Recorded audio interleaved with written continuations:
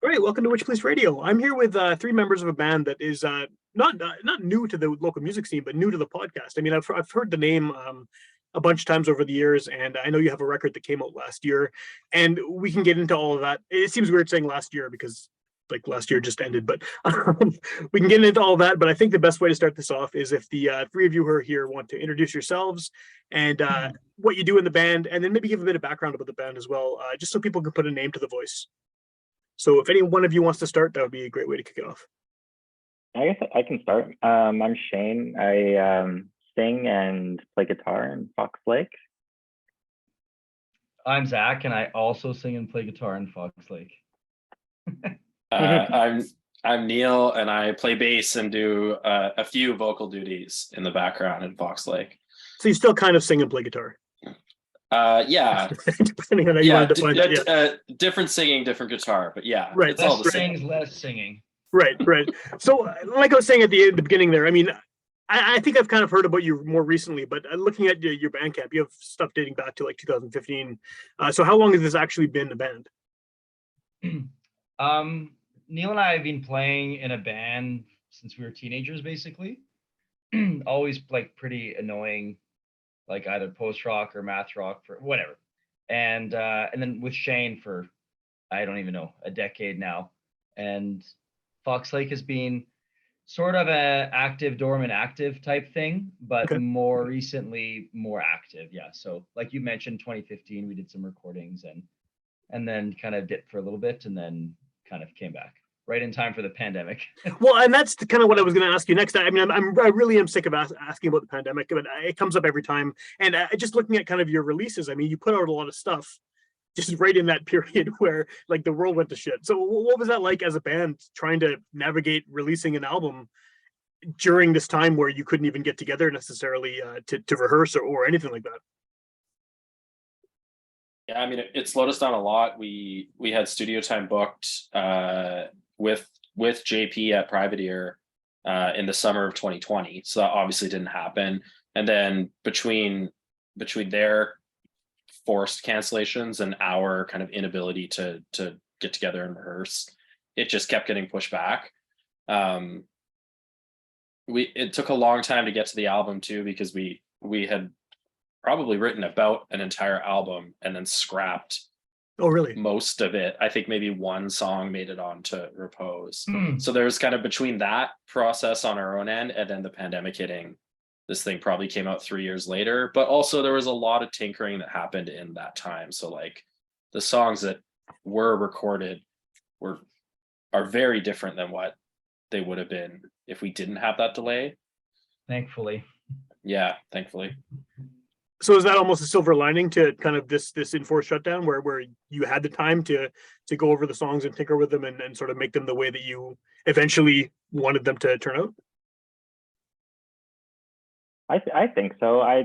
For me personally, I can't speak for the other guys, but I think the having sort of like the lockdown during the pandemic really like made me personally like excited to play music with the guys again, and like being able to get back and jamming in person. It just felt like I don't know, the creative juices were flowing in a different way than they were sort of pre-pandemic. Yeah, and we had planned to like release those other songs Neil had mentioned, and that plan was getting pushed back, and the sound of the band was changing quite a bit. So our idea was to kind of get those out of the way, release them, and then kind of restructure the sound anyways. And then we just scrapped part A and did the pandemic restructure, and then we actually recorded a split with another band, Sitcom. Right. A bunch of the guys that be on your show, I'm sure. Yeah, in different bands. Yeah, it's all incestuous, right? Winnipeg's music scene is all. Exactly. Yeah. But that got released, I think, like the second month of the pandemic, so we never even got to play that live. Just to give you an example of like how much has changed in so short of a time. Yeah, that was a shame, because it's a good split. Like I think both bands released good songs on that split, but it just dropped at like the worst moment in time, and it just completely fizzled out. It's too bad, but the way it is. So what does that do for you then as a band? I mean, you've recorded these songs, you got them with the way you want them to sound, you're putting them out, and then for reasons outside of your control, it's just kind of the impact is not there. And now you're years later, and like you said, things have changed sonically with the band sort of during this time. Are those older songs now just gone, or do you still like? How do they feel to you? Do they feel like they're old, or does it feel like you've progressed considerably, sort of beyond that point? I don't even remember them. So is that? Yeah, they're in a folder and Google Drive somewhere. Yeah, but not Forgotten, actively part but of a not set or lost. anything. Yeah. No. Yeah, weirdly, I think when it comes to old music, I think I spend more time running through songs that we never finished in my head than songs that we did finish. Like there's something for me about recording and releasing a song and I'm like, all right, it's gone. And then there are like these random verses that we could never quite figure out that play over and over in my head in perpetuity. So I think the band, like in general, we go through a lot of like triage. Like there's a lot of music that doesn't come out, so it was honestly sort of more of the same a little bit on our end. The pandemic delay and like scrapping a bunch of stuff, that's just sort of part of the vibe, I guess. Maybe, I mean, I'm speaking for myself, but I think that's fair. that's part of it. And also when that split came out, my partner and I had a kid about 6 weeks after that, plus the pandemic. So to be honest, I just didn't think it, like it happened, and then I was like, all right. Yeah, your priorities shifted elsewhere. Yeah, for sure. Yeah. What is it? I mean, as far as the actual sound of the band, what has changed sort of over the past few years? And I know you've alluded a few times to sort of the vibe has changed about the type of songs you're doing. What is it that caused that, and what sort of sonically has happened? I don't know. I think for me, like ever since Crash of Rhino stopped being a band, I have always just wanted to be the new Crash of Rhino. That's been my like personal goal. That's a deep cut, but in general, I think it's we just started shifting more towards writing songs. We used to try to write stuff that was really kind of like as forward thinking as we could muster, and like really exciting and challenging for us. And then surprisingly, it wasn't that listenable. So I think like when we all decided to like write songs, for lack of a better way to explain it, we just kind of got re-energized by like, oh, okay, like we can still sound like we want to sound, and like make it more about sort of the cohesion and like the memorableness of it, rather than kind of like, this is hard to play, so hopefully you like it. Yeah, I think too what neither Zach or Shane will say, so I'll say it for them, is that they learn to sing and write vocal parts. And I mean, I don't mean that as a cut against them, but like if you listen to our older material, like it's a lot of shouting. Yeah. And the vocal melodies just are less melodic, for lack of a way to put it. Like that we were, it was a lot of, I think, like kind of copying other styles and just doing what we could.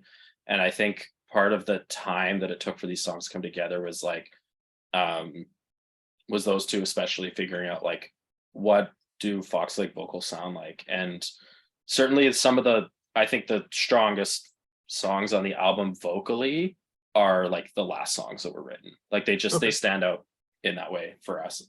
So is that something that was intentional? Like were you sort of trying to progress vocally over the years, or was there some kind of inspiration to sort of go more melodic than the like you said, the screamier stuff in the past? I think for me it was a lot of it was like a confidence thing. Like early on, well, we all played in a different band called Meridian before Fox Lake, except for with a different drummer, right?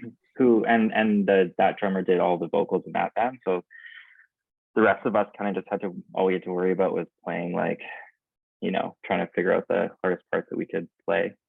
And then when we sort of shifted to this Fox Lake venture, I think that mindset was still like pretty on the forefront of just sort of like vocals, are sort of like an afterthought. Right. Yeah. Yeah, sorry. And then I think that it just progressively, like the more we sort of settled into this new project and our sort of like these new roles, I think it's just becoming a little bit more natural for us. And I think on like the heels of that, like it was a bit of a defense mechanism, like, oh, let's just write really complicated songs, and then there's like no room for vocals. And then now when we decided, like, Shane takes the lion's share of the singing, and then when that kind of settled in, and then that we kind of started making more and more room in the arranging for the vocals and the lyrics. So I think that kind of, we figured out that that could work for us, and then we just kept going in that direction. But it took a while, and we all kind of kicked the can down the road for a while until Shane primarily kind of started doing it. And then it's like, oh, okay, like he jumped off the bridge first, like, and he's fine. So let's just like follow suit. Yeah. Like, that's kind of how it felt for me. Does that give you a bit more versatility as far as who you can play shows with and where you can play shows, adding that melodic element in terms of, you know, like maybe you could get added to a bill that's not necessarily something you would have been on 4 years ago, 5 years ago? I think so. Like we've been getting, I think we, you know, started to play with a little bit more sort of more, no, I don't want to say indie bands, but like through the Real Love sort of connection. I was just laughing because it feels like that's our MO, that we kind of always are on bills that like don't quite fit, but that's been since day one. I feel like we're not heavy enough for the heavy crowd, and we're like too loud for the not heavy. It's always kind of, and that works for us, but it just makes shows a little bit more slippery, I guess. I feel like that's kind of the Winnipeg music scene too. It's so like, you know, tight knit and small that you get these kind of like wickedly weird combinations of bands playing shows together, which is pretty awesome, I think. Well, because there's so many micro scenes within the larger scenes, and then they get sick of playing with the same 3 bands every night, so they tend to mix it up a bit. Yeah, you get some weird combos for sure. Especially if they all play in the same band, they just all watch each other play. And that exists. That's a thing for sure in Winnipeg, where everyone is in each other's bands. Definitely. Do you like? Have you found sort of where you? I know you kind of answered this a minute ago, but where do you think that you fit in the local music scene? Because I mean, is there a scene of other bands that are doing something that you feel is similar enough to you, whether they sound exactly like you, maybe even just you know, conceptually or in terms of sort of how they approach music that fits well? Like, are there other bands you feel a kinship with, I guess? I feel like we always kind of felt that way with sitcoms, more or less. Like we've always fit really well, I think, playing together. Yeah, I think that kind of, that crew of I think it's all guys, that crew of people doing sort of like, I don't know, punk adjacent music, but trying to bring, like, that's not stock. Yeah. Right. I think we fit there, but I also like, to selfishly answer the question, like when we started this band, I think we were very much in the thinking of like AM Overcast, Lviv, maybe even Electric Quarterstaff. We were, our old band played shows with some of those bands, and that was kind of, that like technical side of things was like really appealing to all of us. But a lot of those bands, kind of like us now, like don't have a huge live footprint, and also, I mean, now they're older guys and those projects are in different states. But I would say those bands had a big influence on us in the earlier days of Fox Lake. So, well, that's interesting because that definitely covers the technical side of things, like you were saying. I mean, all those bands are and heavy too in some cases. Like, I mean, and then it kind of clashes with what you were saying a little bit earlier about the melodic side. So, I mean, I guess you got fingers in different pies as far as you know, local scenes. I like what you said too about punk adjacent, because that I think is a good way of describing sort of where you fit in. I mean, as a listener, right? I mean, I don't know as far as who you feel is your crowd, but I think it definitely sounds like a punk adjacent record, and your previous ones too. I hate asking this question too, but how do you define it? If someone you run into, haven't seen them in a while, they hear you're in a band, is there like a Cole's Notes short version? And the question sucks because like there's so many subgenres now, and everything is like a post this and you know, something core. But do you have an easy definition for it? It's funny you asked that because when we were recording, we did a couple songs like live in Natural Cycle in Winnipeg. When we were recording those, we were loading gear into Natural Cycle, and there's these two people that work for Red Bull who like drive around, and hand out free Red Bull to people. Kind of like showed up, and Neil was trying to explain what our band, what genre our band was to these Red Bull workers, and it was like excruciatingly hard. Well, what did I forget? And also, one of us said math rock. Like they asked and just like kind of without thinking, one of us said math rock. But Right. then it became this like, what's that? And I was like, oh my God. Well, that's a whole other conversation, right? Trying to define that to someone who's never heard it before. Yeah. And then you're like slowly like you're suggesting bands that are a little bit more mainstream that like maybe they would know that they could relate to, and then eventually it gets to like Rush was like the last one. Which, I mean, you don't sound like Rush, then, yeah. I wouldn't say you sound like Rush at all, but I mean, I can see going down that kind of that ladder of bands that people might recognize. That sort of makes sense, I guess. Yeah. It's just a particularly like funny question for us because we've never been able to. It's okay. Time out. It sounds so posh. We've never been able to define ourselves, but in terms of like, we always give silly answers because we just don't really, in a way, feel like it fits. Yeah. I mean, I'm always a little bit reluctant, but I think that the best shorthand for us is probably the like Midwest emo thing.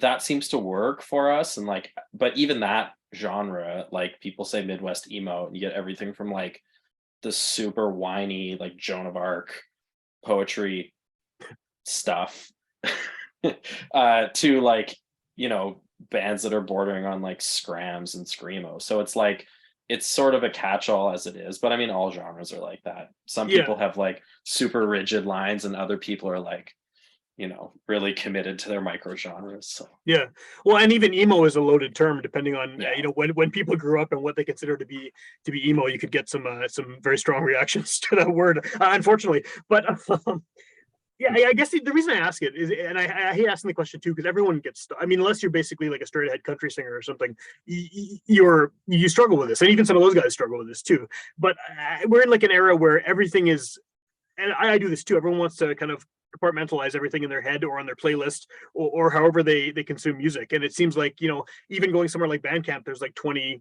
subgenres listed at the bottom of the page, and everyone's trying to sort of fit it into a category. And it's weird that that's happening now, because now everyone's exposed to so much different stuff and there's so many influences that it's way harder to pin down anyone's genre than it ever was. So I don't know. I mean, the question sucks. I admit it, but thank you for attempting to answer it.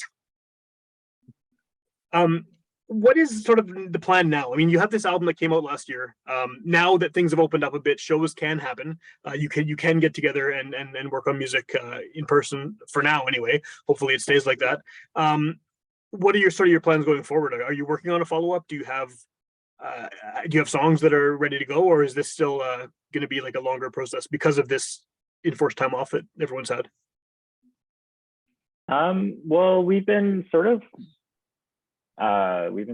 exploring this new terrain, which is trying to write music long distance, because I'm going to school right now in Ottawa.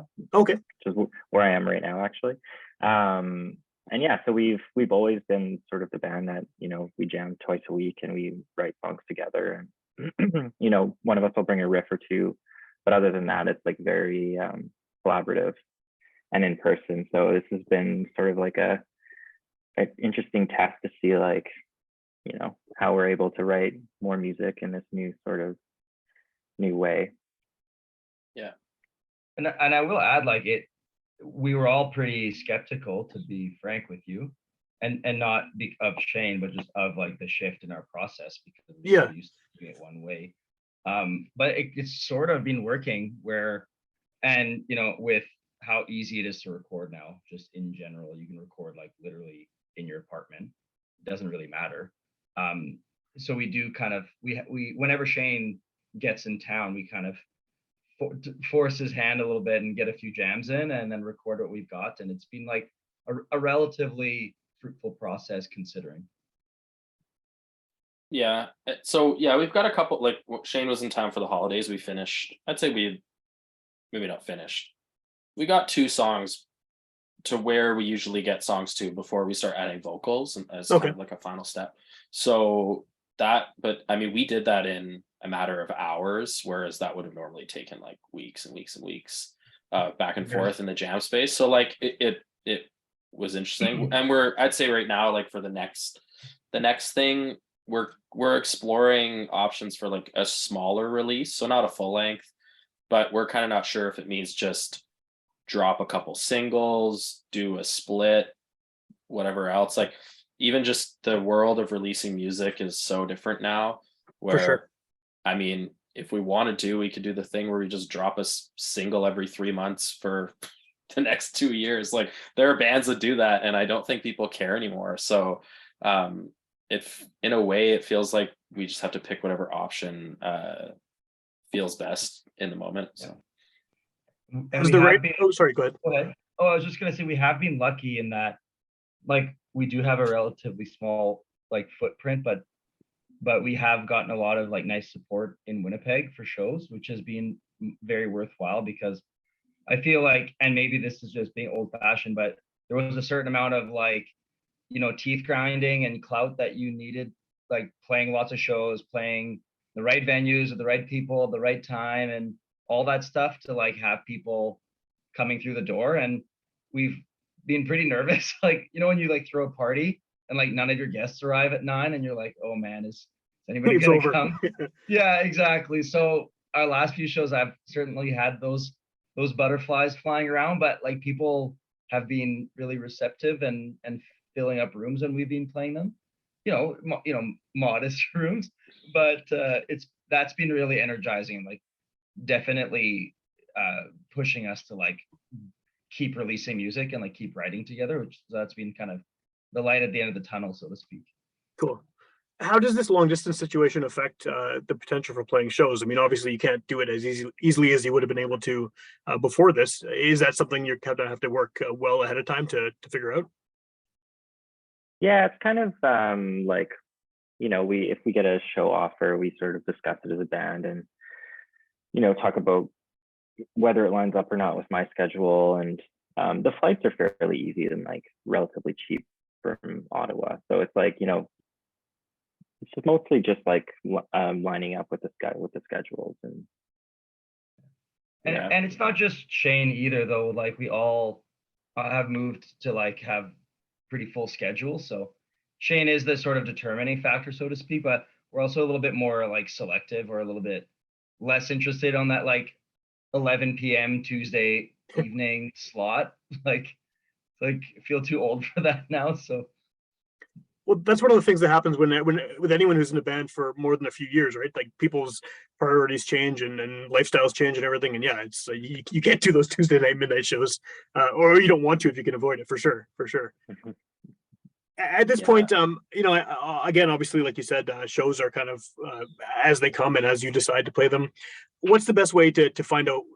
First of all, to hear you now. What's the best way to hear the most recent record and the old stuff? And then what's the best way to find out what you're up to as far as potential shows or anything new happening in the future? Instagram for show postings and just like general info. I think we pretty much exclusively use Instagram. I don't think we use Facebook really anymore. And Spotify, well, any streaming, I guess. So I use Spotify personally, but I think our stuff's on like Apple Music and stuff too, right? Yeah, we're covered. Yeah. And people can buy records too if they want. If they really want to listen to it. I was gonna jokingly say the only way you can hear us is if you buy our record. Well, I'm glad to see you're putting out physical music still, because like this is one of these weird things that's happened now because of the way the whole music ecosystem is that there are tons of bands who are just putting out singles online and that's it, and there's no physical anything, and there's the concept of even an album is not even something people think about. I think we just touched on that a few minutes ago. And so it's nice to see, as someone who's old and set in his ways and listens primarily to physical music, it's nice to see that people are still doing it. So, it's always good that I'm not talking to someone who's just doing everything digitally, because that's over my head at this point. I'm too old to learn it. It's so hard though, because it's it's so cost prohibitive. Like physical music has become yeah. cost prohibitive. And I mean, I say that both on the production side, but even as a consumer, like, I mean, I used to buy so much vinyl. I've got Me a too. good job, and like, I can't be fucking paying FedEx $30 every time I want to support a band. Like, that's insane. And we got super lucky with this this guy Kevin, who we met from Chicago area, who is starting a label and like fronted the money for this LP. And we all thought we honestly thought we were being scammed. We're like, what do you mean you're gonna pay for it? Like, what's the catch? We're like, what? Why? It just made no sense. And then, but then it turned out he was sincere, and he was like, no, I want to do this. I'm starting this label. And so the vinyl is like something that we obviously we all really wanted. I think it's super cool to have, but it's really just good fortune that got us that. So how did he maybe hear good you? songs. Did he discover you was online or something? Or? through that Facebook group, hey? Yeah, well, I shopped the album around because we're like pretty. I mean, these days, speaking of like how music is released, like I feel like you need like a marketing degree to be in a band. Totally. Like, you can't just like be a band, which is us. And then I just kind of, we all have like side jobs in the band, you know. And I took the reins on like just shopping around the album. I just cold called labels basically, and we're like, hey, we like did all this. We've fronted all the money. Like, it's done. You don't have to give us anything. Just like put it out for us. And we worked with a couple labels and a couple of really like genuine what would you call Choke and Bahamas, like curators, I guess, that took interest in us kind of out of nowhere. So cool. And they really opened the door for us for like getting a wider appeal, like putting us on their site and interviewing us and stuff. So that I mean, kind of all worked together. And in a way, we're also like, we're playing math rock. It's pretty niche thing, and it's a genre that's mostly like the audience is musicians. Yeah. Or yeah, for the most part. So mostly, yeah. For a subgenre that's like not that big, the people who are in it are really committed. So there's a lot of small labels, there's a lot of blogs, there's a lot of that stuff, and I think we've been lucky to tap into some of that. And yeah, cool.